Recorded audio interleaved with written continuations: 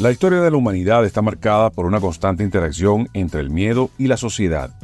Desde tiempos inmemoriales, los miedos han moldeado nuestras percepciones, decisiones y sistema de creencias, dejando cicatrices profundas en la cultura y el desarrollo humano. Desde el temor a lo desconocido en las sociedades antiguas hasta las ansiedades modernas alimentadas por la tecnología y la globalización, los miedos han evolucionado junto con nuestras sociedades, reflejando los desafíos y las preocupaciones de cada época y cultura.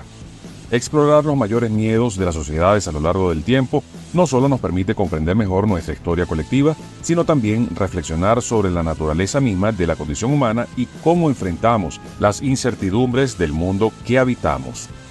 El contexto histórico y cultural desempeña un papel fundamental en la formación y propagación de los mayores miedos dentro de una sociedad. Por ejemplo, durante la caza de brujas en Salem a finales del siglo XVII, la estricta moralidad puritana y el temor a la influencia del diablo se entrelazaron con tensiones políticas y sociales para crear un clima propicio para la histeria colectiva.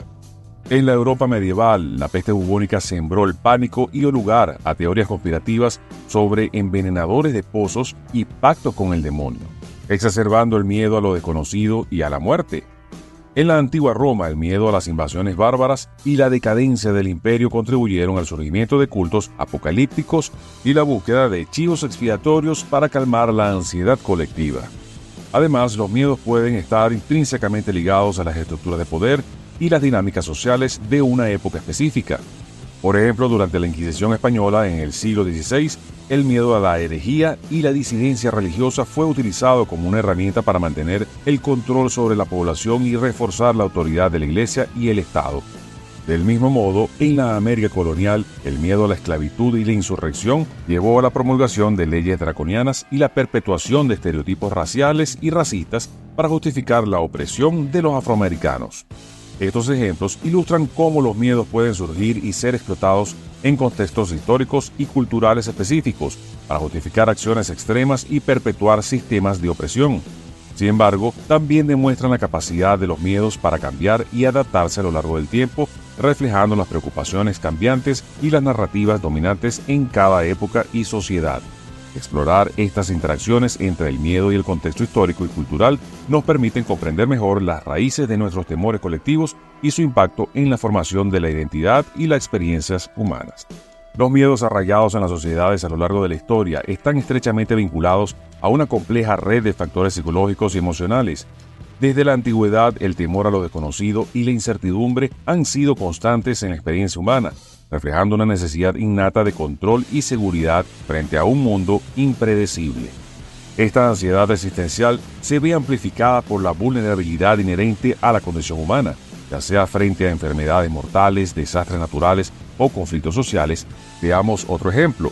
En el contexto de la peste negra en la Edad Media, el miedo a la muerte y la enfermedad desencadenó reacciones de pánico y la búsqueda desesperada de chivos expiatorios para calmar la angustia colectiva. Además, los miedos sociales están moldeados por procesos psicológicos más profundos, como la cognición social y los sesgos perceptivos. La tendencia a percibir amenazas donde no las hay, conocida como el sesgo de negatividad, puede llevar a la amplificación de los miedos irracionales y la propagación de rumores infundados. En contextos de crisis como la guerra o la persecución política, estos sesgos pueden exacerbarse aún más, alimentando el ciclo de desconfianza y paranoia dentro de la sociedad.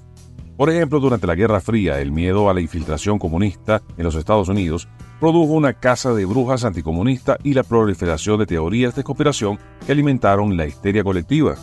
Finalmente, los miedos sociales también pueden estar influenciados por dinámicas emocionales a nivel individual y colectivo, como el miedo al rechazo social y la necesidad de pertenencia. En sociedades altamente estructuradas, las normas culturales y las expectativas sociales pueden moldear y reforzar ciertos miedos, creando un entorno propicio para la conformidad y la obediencia. Por ejemplo, en regímenes totalitarios, el miedo a la represión y el castigo pueden inhibir la expresión individual y fomentar la conformidad con la ideología dominante. En resumen, los miedos sociales son el producto de una interacción compleja entre factores psicológicos, emocionales y culturales que reflejan las preocupaciones más profundas y las ansiedades compartidas de una sociedad en un momento dado.